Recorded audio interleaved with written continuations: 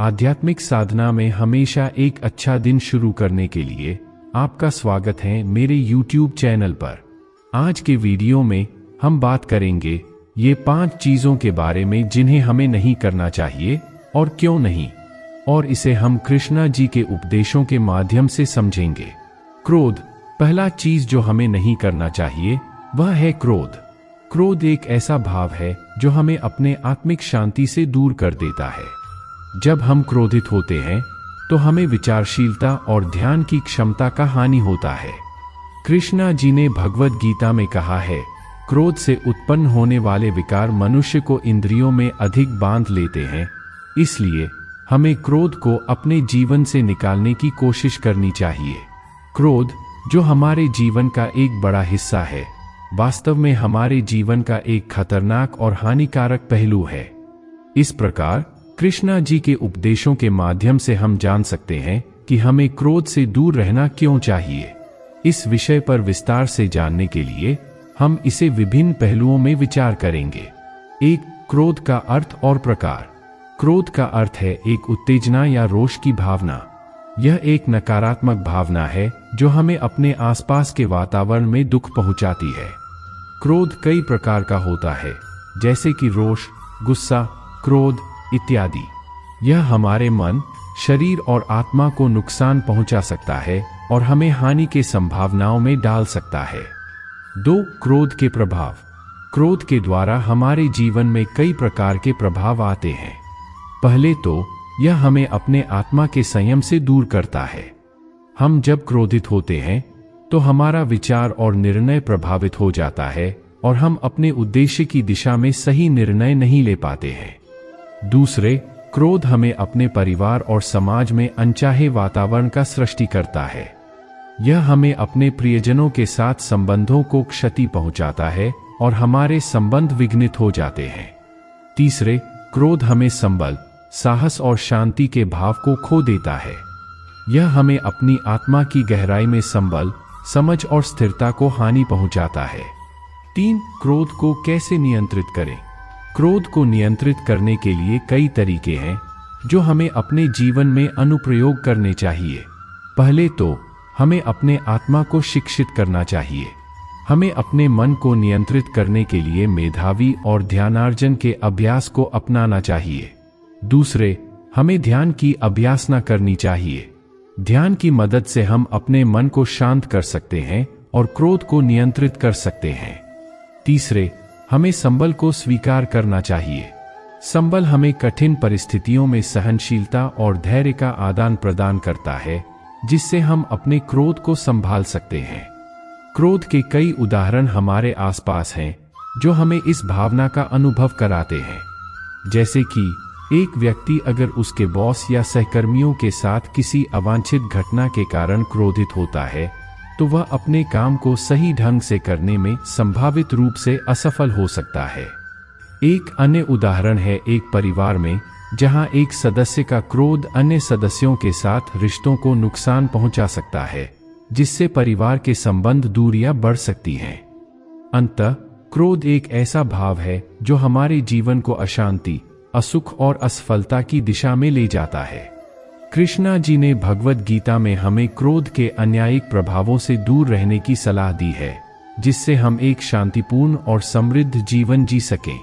इसलिए हमें स्वयं को क्रोध से दूर रखने का प्रयास करना चाहिए और कृष्णा जी के उपदेशों का अनुसरण करना चाहिए।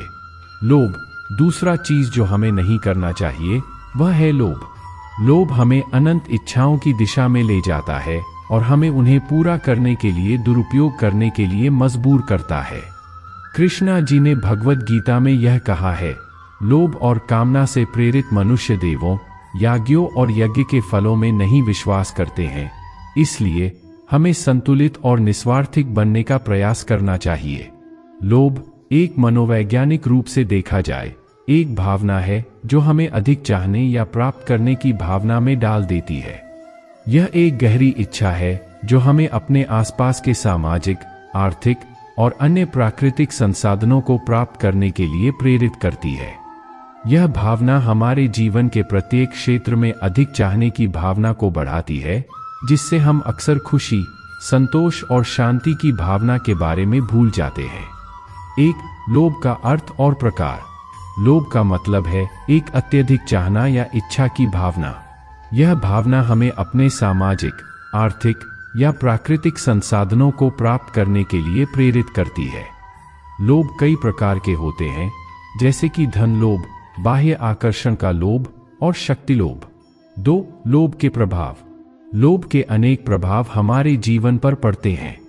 पहले तो यह हमें अपने उद्देश्य के संयम से दूर ले जाता है। लोभी व्यक्ति अक्सर अपने हाथों में उचित और गलत की पहचान नहीं कर पाता है और उसके व्यवहार में दोष का अंश बना रहता है। दूसरे, लोभ हमें अपने संबंधों में कठिनाई पहुंचाता है। यह हमारे पारिवारिक और सामाजिक संबंधों को अधिकारी और अन्यायपूर्ण बना देता है। तीसरे, लोभ हमें अपनी स्थिति और संबल से असंतुष्ट बना देता है। 3, लोभ को कैसे नियंत्रित करें। लोभ को नियंत्रित करने के लिए हमें अपने आत्मा की शिक्षा और संयम की आवश्यकता होती है। हमें अपने मन को संयमित करने के लिए ध्यान और ध्यान का प्रयोग करना चाहिए। दूसरे, हमें विवेक का प्रयोग करना चाहिए। हमें लोभ की भावना को समझना चाहिए और उसे समाप्त करने के लिए सकारात्मक कदम उठाने चाहिए। लोभ के उदाहरण अनेक होते हैं जो हमें इस भावना की गहराई को समझने में मदद करते हैं। उदाहरण के लिए, एक व्यक्ति जो अपने धन को लेकर अत्यंत लालची होता है और दूसरों के साथ अधिकतम संभावित उपलब्धियों के लिए नेतृत्व का प्रयास करता है। दूसरे, एक व्यक्ति जो वाणिज्यिक या सामाजिक स्थिति के लिए बड़े प्राधान्य देता है और अपने स्वार्थ के लिए अन्य लोगों को नुकसान पहुंचाता है। लोभ एक अत्यंत हानिकारक और अनावश्यक भावना है जो हमें अपने उद्देश्यों की दिशा में असफल बना देती है। हमें स्वयं को लोभ से दूर रखने का प्रयास करना चाहिए और कृष्णा जी के उपदेशों का अनुसरण करना चाहिए। लोभ की भावना से मुक्ति प्राप्त करने के लिए हमें संतोष और संतुलन की भावना को बढ़ावा देना चाहिए। मोह। तीसरा चीज जो हमें नहीं करना चाहिए वह है मोह। मोह एक अविश्वसनीय अवस्था है जो हमें वास्तविकता से दूर ले जाती है। यह हमें असत्य और भ्रांति में डाल देता है और हमें आत्मा की सत्यता से विचलित कर देता है। कृष्णा जी ने कहा है, जो कुछ भी समाप्त हो जाए उससे मोह नहीं होना चाहिए। हमें सच्चाई को स्वीकार करने और उसमें रहने की क्षमता विकसित करनी चाहिए। मोह एक ऐसी भ्रांति है जो हमें अपने आसपास के वातावरण को अदृश्य और असत्य में उलझाती है।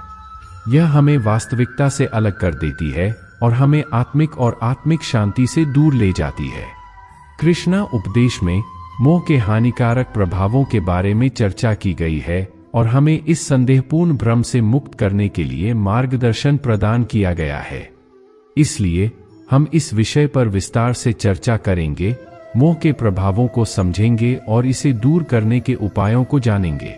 1, मोह का अर्थ और प्रकार। मोह एक भ्रांति है जो हमें अपने आसपास के वातावरण को असत्य में उलझाती है। यह हमें वास्तविकता से अलग कर देती है और हमें अपनी आत्मिक स्थिति से अनजान बना देती है। मोह कई प्रकार के होते हैं, जैसे कि आसक्ति, मोह और अविद्या। 2, मोह के प्रभाव। मोह के कई प्रभाव हमारे जीवन पर पड़ते हैं। पहले तो यह हमें वास्तविकता से अलग कर देता है। मोहित होने पर हम अपने आसपास की स्थिति को सही ढंग से नहीं समझ पाते हैं और अपने जीवन में गलत निर्णय ले सकते हैं। दूसरे, मोह हमें अपनी आत्मिक स्थिति से अनजान बना देता है। यह हमें आत्मज्ञान और आत्मसमर्थन की दिशा में ले जाता है। 3, मोह को कैसे नियंत्रित करें। मोह को नियंत्रित करने के लिए हमें अपने मन को शिक्षित करना चाहिए। हमें ध्यान और ध्यान का प्रयोग करना चाहिए ताकि हम अपने आत्मिक स्थिति को समझ सकें।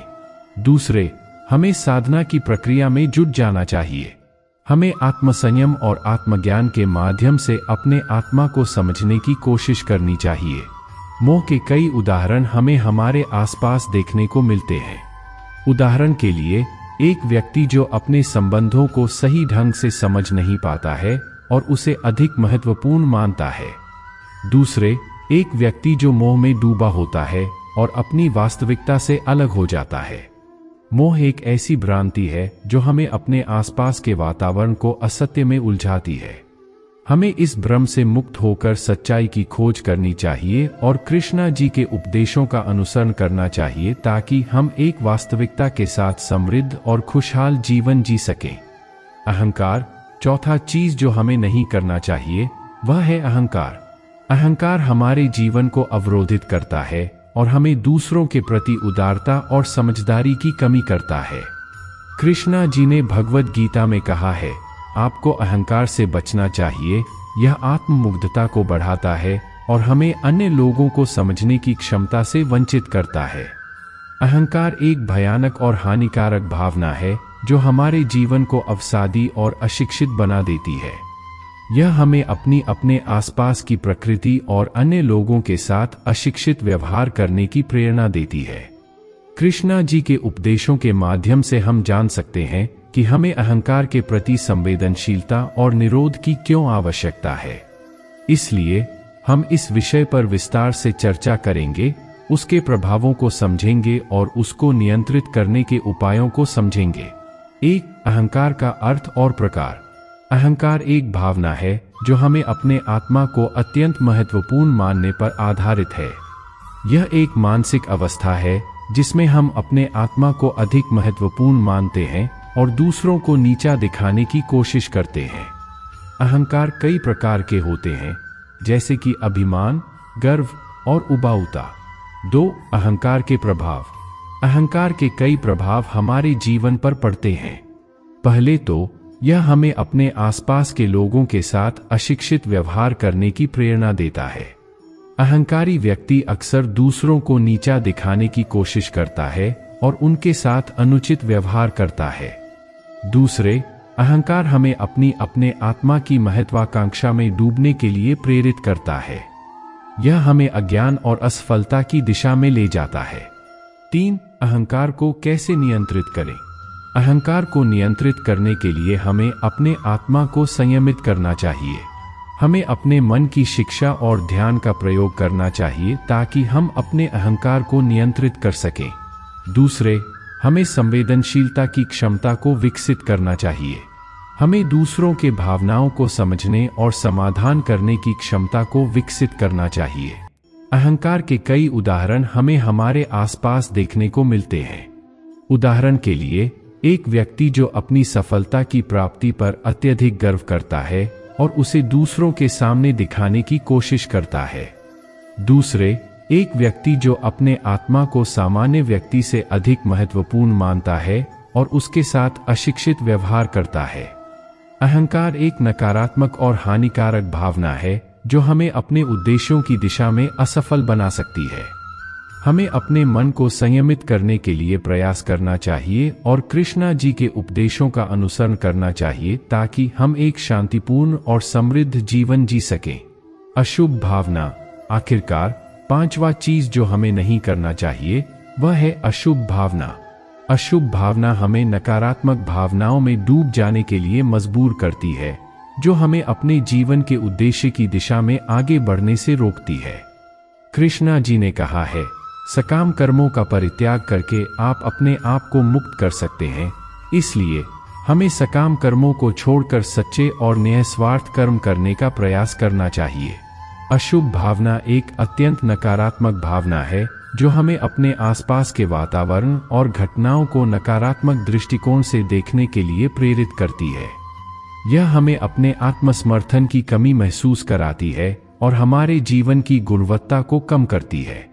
इसके विपरीत पॉजिटिव और आशापूर्ण धारणाओं की प्रोत्साहना हमें आत्मविश्वास में वृद्धि करती है और हमारे जीवन को सकारात्मकता से भर देती है।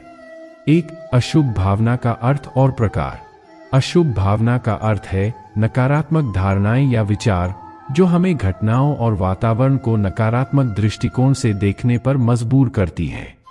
इसमें अनेक प्रकार की भावनाएं शामिल होती हैं, जैसे कि निराशा और अप्रसन्नता। 2 अशुभ भावना के प्रभाव। अशुभ भावना के कई प्रभाव हमारे जीवन पर पड़ते हैं। पहले तो यह हमें आत्मसमर्थन की कमी महसूस कराती है।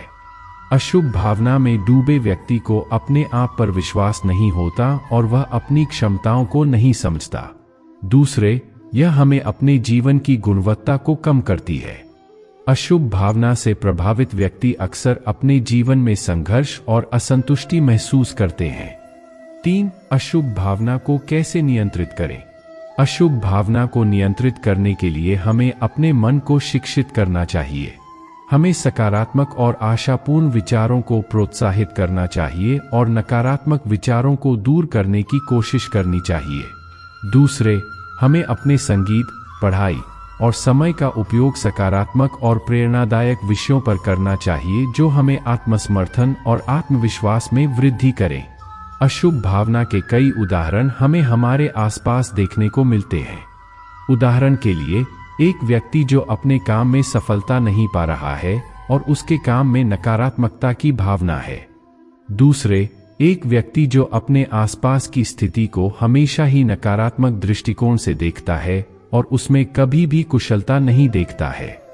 अशुभ भावना एक नकारात्मक और हानिकारक भावना है जो हमें अपने उद्देश्यों की दिशा में असफल बना सकती है।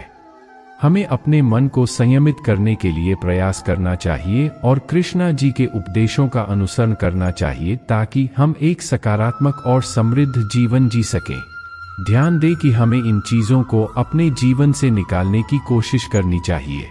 कृष्णा जी के उपदेश हमें अधिक संवेदनशील और सजीव जीवन जीने की दिशा में मार्गदर्शन करते हैं।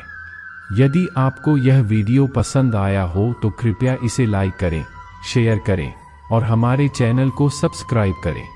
धन्यवाद।